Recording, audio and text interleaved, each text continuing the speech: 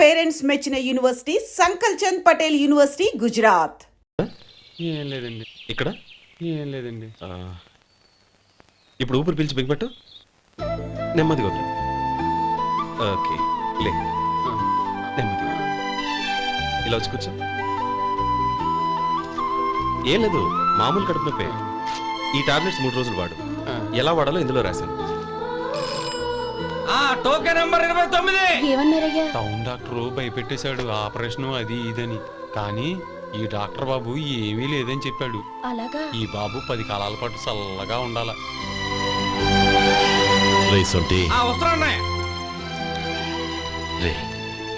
భగవంతుడి దయ వల్ల తమ్ముడు హస్తవాసి మంచిదని అప్పుడే పేరొచ్చిందిరా. తమ్ముడిని దగ్గరుండి జాగ్రత్తగా చూసుకో. పని హడావుల్లో పడి వేళకు భోంచేయడము. అబ్బే అదే లేదన్నయ్య. 1 గంట గల పేషెంట్ కట్టు, భోజనం పెట్టు. అది అలా జాగ్రత్తగా చూసుకో. నేను చూసుకుంటాను కదన్నయ్య, నువ్వు వెళ్ళు.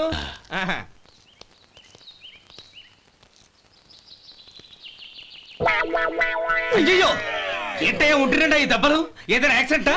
అదేం కాదండి, మరి గోరు కొరికినందుకు ఎలక్ట్రిక్ స్తంభానికి కట్టేసి ఇలా రక్తం వచ్చేలా కొట్టారండి. ఊరు కొరికినందుకు ఎలక్ట్రిక్ స్తంభాన్ని కట్టేసి ఇంతలా కొడతారా? వాళ్ళ అసలు మనుషులా రాక్షసులా? చాలా థ్యాంక్స్ అండి, కనీసం మీరైనా అర్థం చేసుకున్నారు. వాళ్ళు అర్థం చేసుకోలేదండి.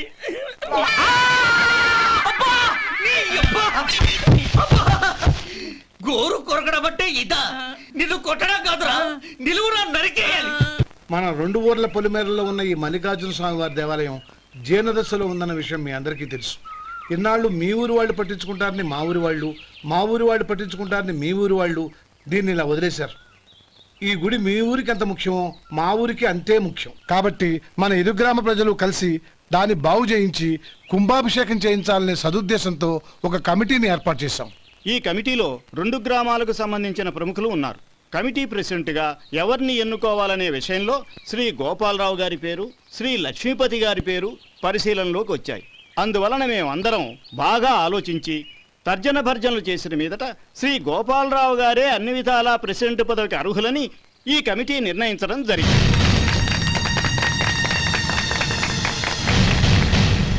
అంచేత ఈ ఉభయ గ్రామ ప్రజలు శ్రీ గోపాలరావు గారికి ఉదారంగా విరాళాలు అందజేసి ఈ శుభకార్యాన్ని జయప్రదం చేయవలసిందిగా కోరుతున్నాం. ఏంటి ఇంకా రాలేదా? ఏంటయ్యా టైం 10 అవుతోంది, బోర్డు మీద 10 గంటలను రాసింది. మీ డాక్టర్ ఇంకా రాలేదు. అసలు మీ డాక్టర్ కి టైం సెన్స్, పంక్చువాలిటీ ఏమైనా ఉన్నాయా? ఇంతకీ మీరెవరండి? నేను డాక్టర్ అమ్మని. ఓహో, మీరు డాక్టరేనా? డాక్టర్ అంటే డాక్టర్ని కాదయ్యా, డాక్టర్ని చేసుకోబోయేదానని అర్థం. ఓహో అవును, నువ్వెవరు? నేను ఇక్కడ టోకన్ ఇస్తూ ఉంటానులేండి. తప్పుకోవయ్యా. అవును, మీ డాక్టర్ కి ఎవరో అన్నయ్య ఉన్నాడంట కదా, ఎలాంటోడు? ఎలాంటోడంటే అదేనయ్యా, చాలా కోపిస్తని విన్నాను. ఎందుకని అడుగుతున్నారు? ఎందుకంటావేంటయ్యా? ఆ అన్నయ్య మాట వినగానే మీ డాక్టర్ గడగడా వణికిపోతాడు. అసలు డాక్టర్ చదివే తమ్ముణ్ణి అలా భయపెట్టచ్చా? తప్పు కదా? తప్పేనండి. కాని కాని నాకు మీ డాక్టర్కి పెళ్ళవని ఆ అన్నయ్య సంగతి అప్పుడు చెప్తాను. ఏం చేస్తారండి? ఏం చేస్తానా, సంవత్సరం తిరగకుండానే కవల పిల్లల్ని కని వాళ్ళ అన్నయ్య చేతిలో పెడతాను. వాళ్ళకి 5 సంవత్సరాలు వచ్చేసరికి ఆయన్ని బాగా మొట్టికెళ్ళేస్తారు. అలా నా కసి తీర్చుకుంటాను. ఈ డాక్టర్ ఎప్పుడు వస్తాడో ఏంటో. అది సర్లే కాని నువ్వు పని చేయి. మీ డాక్టర్ రాగానే నేను వచ్చి వెళ్ళానని చెప్పు. నేను అంటే ఓ, నా పేరు చెప్పలేదు కదా, నందిని. ఏం చెప్తావు? అదేనండి, నందిని గారు వచ్చి వెళ్ళారు అని చెప్తాను. గుడ్, పైకొస్తావు.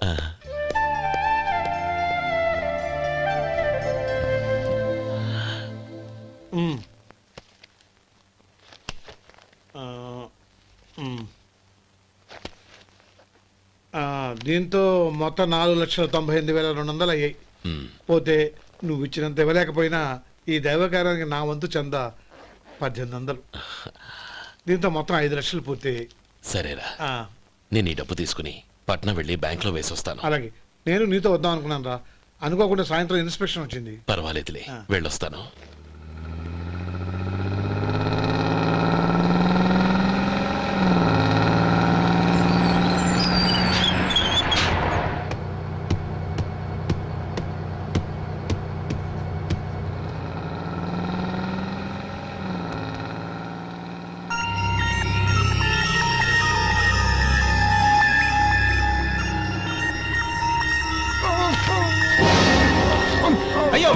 కూర్చో బస్ ఆపండి బస్ ఆపండి. ఇదిగోండి తాళం చేతులు పూర్తి. ఈ తాళాలు అతని చేతిలో పెట్టండి. వీటి వల్ల ప్రయోజనం లేదు. నాలుగు ఖర్చుకోకుండా పళ్ళ మధ్య పెట్టడానికి గట్టిగా ఏదైనా ఉంటే ఇవ్వండి. ఇదిగో ఇది చూడండి.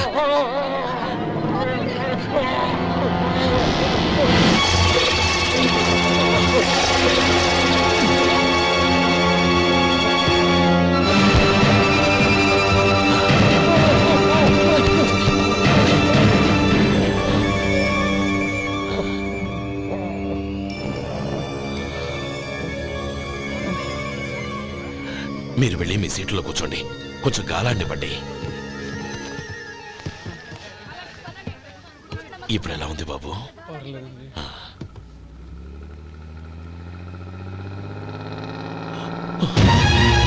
అయ్యో, నా బ్యాగ్ ఎవరైనా చూసారా?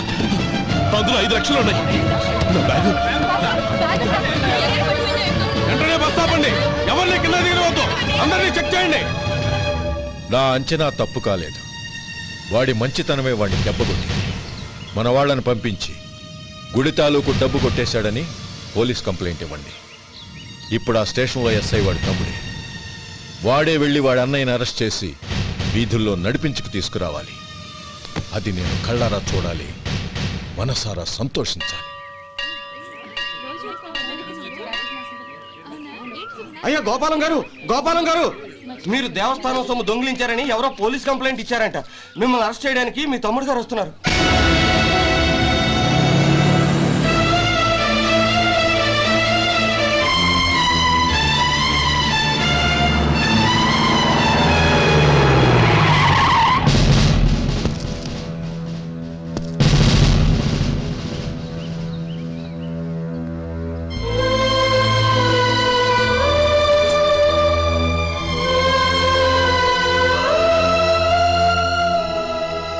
చూడు గోపి, ఎప్పుడు నువ్వు ఉద్యోగంలో చేరావో అప్పుడే తనా పరానే తేడా మర్చిపోవాలి.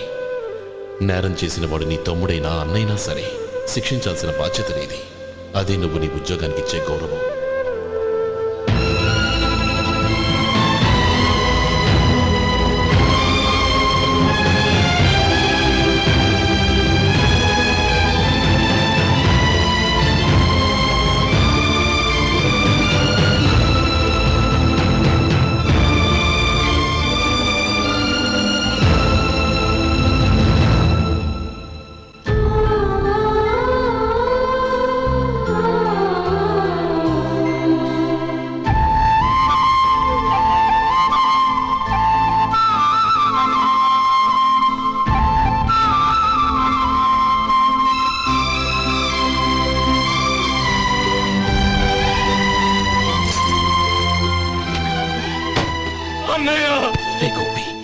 ఏమిట్రా ఇది?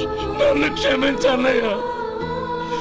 నేను కోరి ఉద్యోగుల చేరిన మాట నిజమే, కానీ ఇలాంటి పరిస్థితి ఎదురవుతుంది అనుకోలేదు.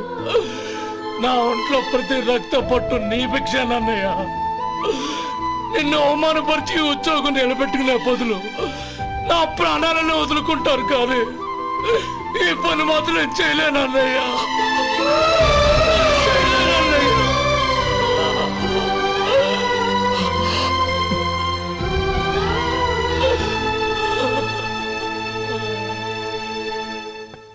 ఏరా, ఇన్నేళ్లు కష్టపడి సంపాదించిన ఉద్యోగానికి రాజీనామా చేస్తావా? కనీసం నీ పెళ్ళాం ఏమనుకుంటుందోనని ఆలోచించావా? ఇందులో అనుకోవడానికి ఏముంది మామగారు? ఎండనక వాననక కష్టపడి ఓ తండ్రి కంటే ఎక్కువగా ఈయన్ని పెంచి పెద్ద చేశారు బావగారు. అలాంటి దేవుణ్ణి అరెస్ట్ చేసే ఆ ఉద్యోగం ఈయనకు అవసరం లేదు. బాగుంది. అన్నకు తగ్గ తమ్ముడు, తమ్ముడికి తగ్గ పెళ్ళాం. సరే, మీ ఇష్టం. నానమ్మ, అన్నయ్యడి. నమస్కారం అండి. ఓ, నువ్వా? రా కూర్చో. పర్వాలేదండి. ఏంటి ఇలా వచ్చావు? ఆ రోజు నా కంపెనీని మూసేయమన్నారు. ఇప్పుడు నేను మూసేయడానికి సిద్ధంగా ఉన్నాను. దానికి ప్రతిఫలంగా నాకు 5 లక్షలు కావాలి. అలాగే, నీకు కావాల్సిన 5 లక్షలు నేను ఇస్తాను.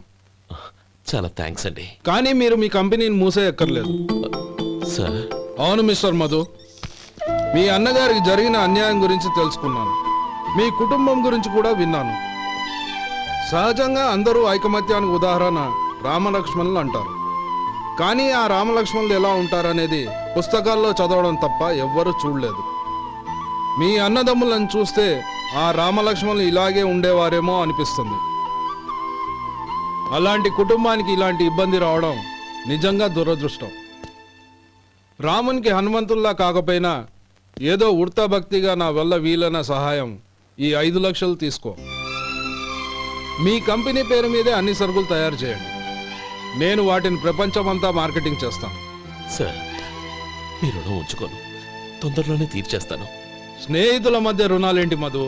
We are friends.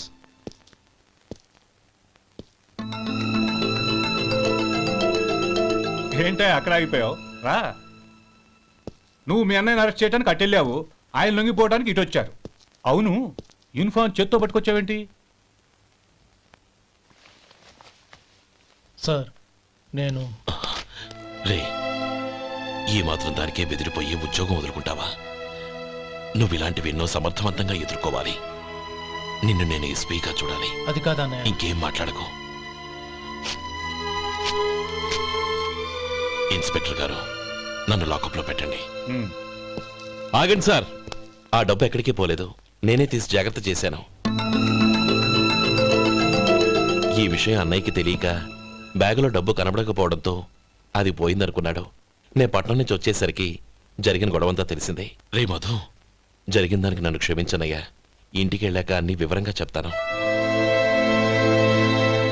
సార్, ఇదిగోండి 5 లక్షలు. ఇది కమిటీ వాళ్ళకి అప్పగించి ఈ కేసు కొట్టేయండి సార్. భలే వాడివయ్యా, తీసినప్పుడు ఒక మాట ఆయనతో చెప్పుండొచ్చుగా. అనవసరంగా పెద్ద ఆయన స్టేషన్ వరకు రప్పించావు. Sorry sir.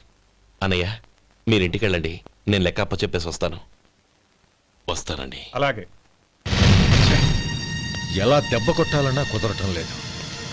అయినా వీళ్ళకు ఉన్న పళ్ళంగా 5 లక్షలు ఎలా వచ్చాయి? అదే బావా, నాకు అర్థం కావటం లేదు. నీకు అర్థమైతే ఆశ్చర్యపడాలి కానీ అర్థం కాకపోతే ఆశ్చర్యమేముంది? Useless fellow.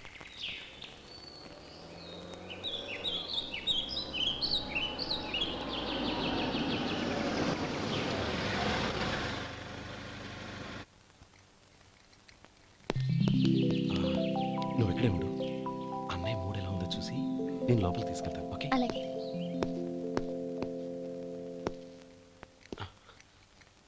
అన్నయ్య, ఏంట్రా?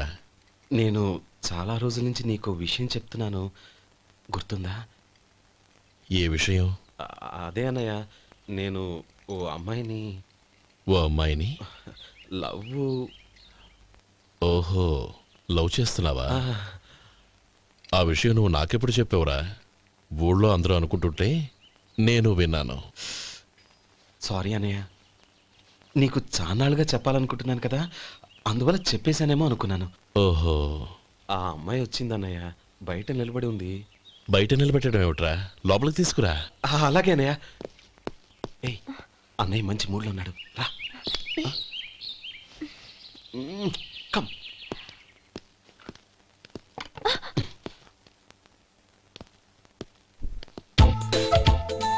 ఎందుకంటావేంటయ్యా? ఆ అన్నయ్య మాట వినగానే మీ డాక్టర్ గడగడ వణికిపోతాడు. అసలు డాక్టర్ చదివే తమ్ముడిని అలా భయపెట్టచ్చా? తప్పు కదా?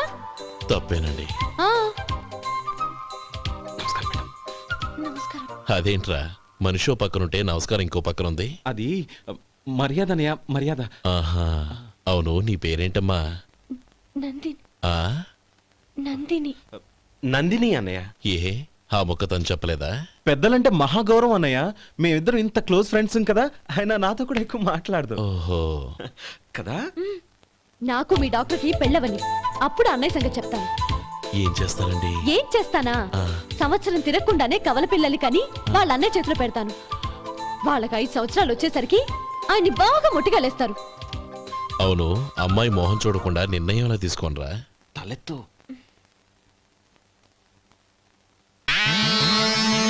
ఏం చెప్తా? అదేనండి, నందిని గారు వచ్చి వెళ్ళారని చెప్తాను. గుడ్, పైకొస్తావు. ఈయన మీ అన్నయ్య? అవును. నందిని, ఏమైంది? ఎందుకు ఏడుస్తున్నావు? ఈయన మీ అన్నయ్యని తెలియక తెలియక హాస్పిటల్ దగ్గర మర్యాద లేకుండా దురుసుగా మాట్లాడాను. ఆయన పెళ్లి ఒప్పుకోరు. ఊరుకో, అలాంటి చిన్న చిన్న విషయాల్ని మా అన్నయ్య పట్టించుకోడు. అయినా నేను కన్విన్స్ చేస్తాను కదా. ఆయనకంత అవమానం జరిగాక ఎందుకు కన్విన్స్ అవుతారు? అవ్వరు.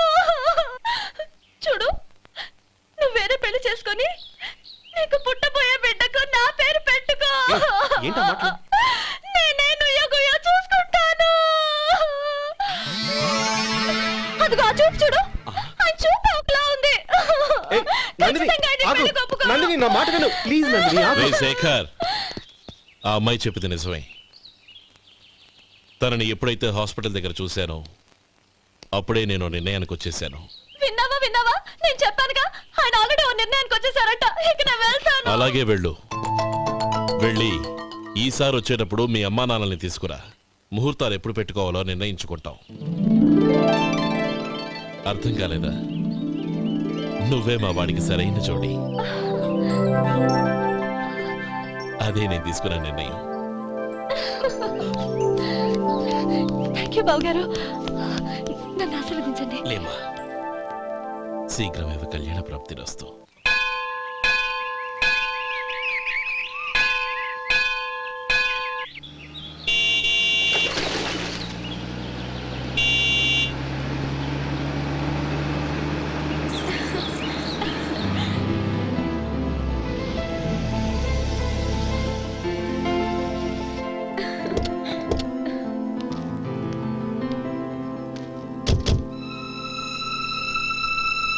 రామా,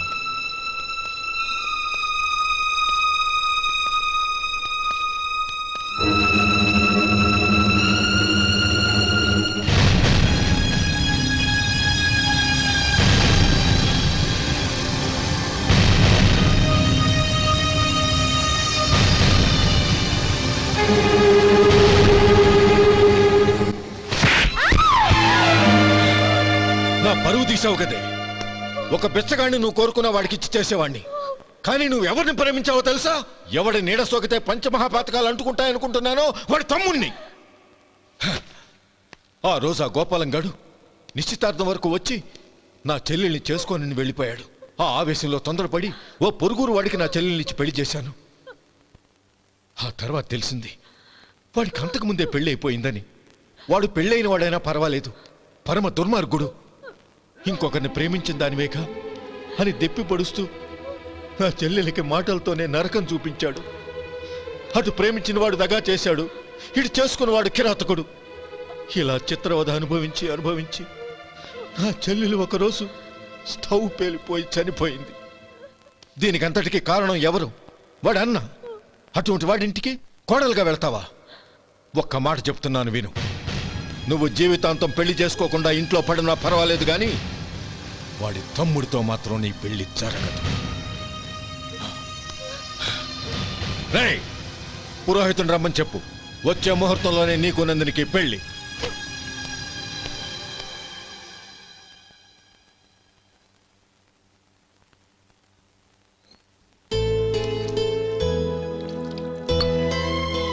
ఒరే, అదేంట్రా ఒక ముద్దైనా తినకుండా చేయగడిగేశావు?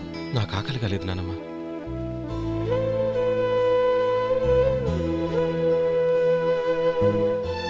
ఆ అమ్మాయి చాలా మంచిది, చదువుకున్న పిల్ల, మనందరికీ బాగా నచ్చింది.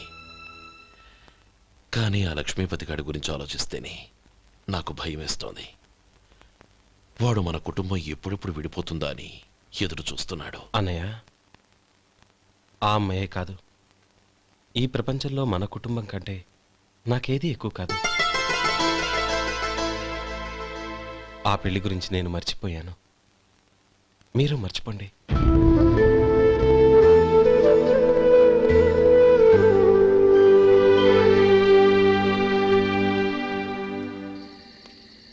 శేఖర్, నువ్వా? ఏంటి ఈ టైంలో వచ్చావు? నీతో ఓ విషయం మాట్లాడాలి. ఒకసారి బయటకు వస్తావా?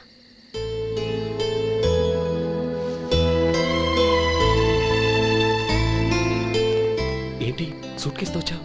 శేఖర్, మా నాన్న నాకు వేరే పెళ్లి చేయాలని చూస్తున్నాడు. అందుకే నేను నిర్ణయానికి వచ్చాను. మన ఇద్దరం ఎక్కడికైనా పారిపోదాం.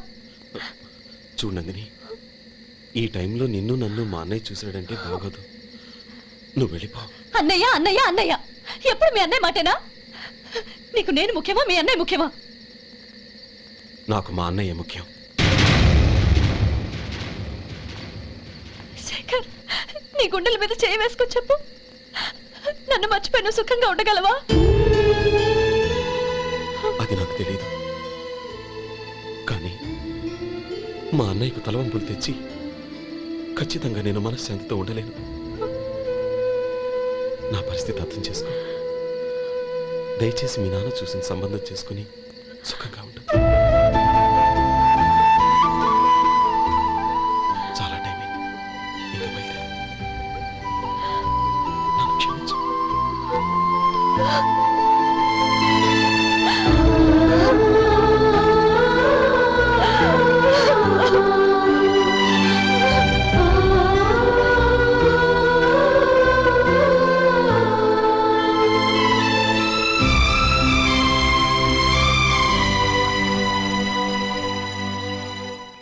ఏంట్రా అలా మౌనంగా కూర్చున్నావు? ఏం లేదురా, కోరుకున్న అమ్మాయి రా పారిపోదామని వస్తే మా అన్నయ్య బాధపడే పనేది నేను చెయ్యలేను. నన్ను క్షమించని ఆ అమ్మాయిని పంపించేసాడ్రా నా తమ్ముడు. అదిరా వాడికి నా మీద ఉన్న అభిమానం. ఇంతవరకు వాడు అడిగింది ఏదీ నేను లేదని లేదు. ఒక అన్నగా వాడి పట్ల నా బాధ్యతలన్నీ నెరవేర్చాను. అలాంటిది ఈరోజు వాడు మనసారా కోరుకున్న అమ్మాయిని వద్దని నేను ఎలా చెప్పగలనురా? వాడి సంతోషం కంటే నాకు కావాల్సిందే ఉంది. అందుకే నేను ఒక నిర్ణయానికి వచ్చాను. ఓపెనింగ్ స్టాకు 31,700 అండి. ఈ రోజు 200 లారీల్లో 21,500 ప్యాడీ వచ్చిందండి. అవి ఈ పక్కన సర్దించానండి. తర్వాత ఇవి నిన్నొచ్చిన ధాన్యం బస్తాలండి. 50 లారీల్లో 5,000 బస్తాల బియ్యం బయటకు పంపించామండి. సాయంత్రానికి మన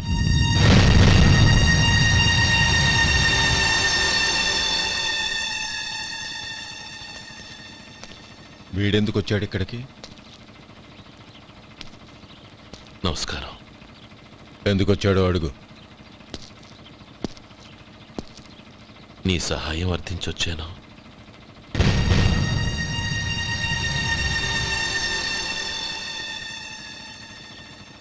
మీరు వెళ్ళండి. ఆ రోజు నీ చెల్లెల్ని నేను చేసుకోనన్నాను. ఏ పరిస్థితిలో అలా అన్నానో నీకు తెలుసు. నేను చేసింది తప్పని నీకు అనిపిస్తే ఆ తప్పుకి నా తమ్ముడిని శిక్షించద్దు. మన మధ్య ఉన్న విరోధం తెలియక వాళ్ళు ప్రేమించుకున్నారు. నేను నా తమ్ముడికి నీ కూతుర్నిమ్మని అడగడానికి వచ్చాను. దయచేసి వాళ్ళ పెళ్లికి అంగీకరించు. నీ మొహం చూస్తేనే పాపమని సొంత ఊరినే వదిలేసి వచ్చిన వాణ్ణి. అలాంటి నేను నీ ఇంటికి నా బిడ్డనివ్వాలా? ఇన్నేళ్లుగా నీ నీడ కూడా నా మీద పడకూడదని పట్టుదలగా ఉన్న నేను దాన్ని వదులుకొని నీతో సంబంధం కలుపుకోవాలా? సరే, నేను నా పట్టుదలని ఆత్మాభిమానాన్ని అన్నిటినీ వదులుకొని నా కూతుర్ని తమ్ముడికిచ్చి చేశానే అనుకో. దానికి బదులుగా నువ్వేం వదులుకుంటావు? ఏం వదులుకుంటావో చెప్పు.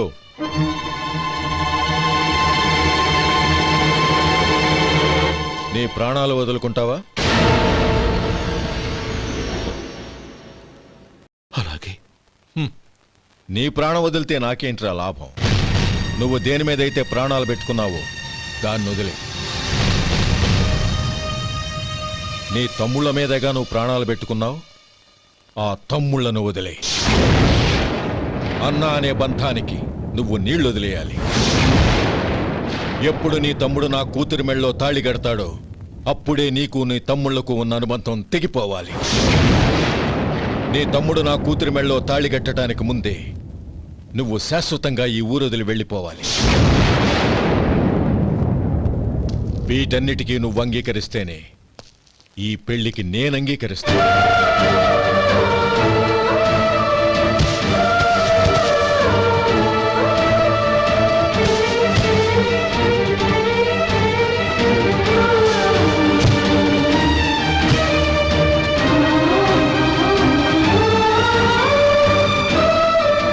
ఏమంటావు?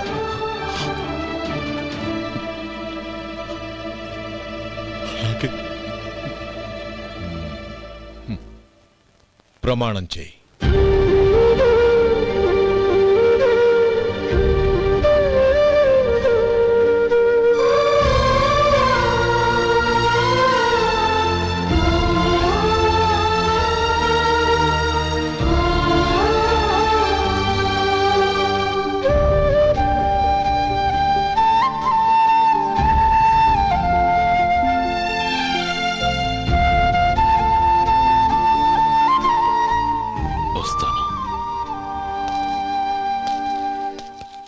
అంకుల్ నందినిని నాకిచ్చి పెళ్లి చేస్తానని చెప్పి ఇప్పుడు వాడి తమ్ముడికిచ్చి చేస్తానని మాటిచ్చారేంటి?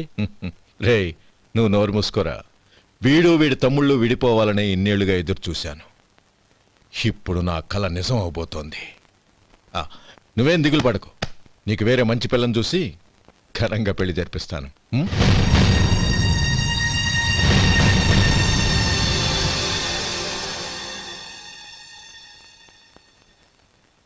And for more videos, Please subscribe to iDream. Please subscribe to iDream. Please subscribe iDream. And please subscribe to iDream. For more videos, subscribe to iDream. Please like, share and subscribe to the channel. Congratulations iDream. Subscribe to iDream. Subscribe to iDream. So subscribe to iDream Media. iDreamకి iDream team అందరికీ huge congratulations. Please subscribe iDream Media. Please subscribe to iDream. Subscribe iDream. Please subscribe to iDream. iDream అంటే నా కళల channel subscribe చేసుకున్న నోరు తిరుగుతలేదు. మీరైతే గంట గుర్తు కొట్టండి. For more such videos, please subscribe to iDream. Subscribe to iDream. Please subscribe to iDream. Please subscribe iDream media. Please do subscribe to iDream. Please subscribe to iDream media. For best entertainment and information please subscribe iDream. And don't forget to subscribe to iDream.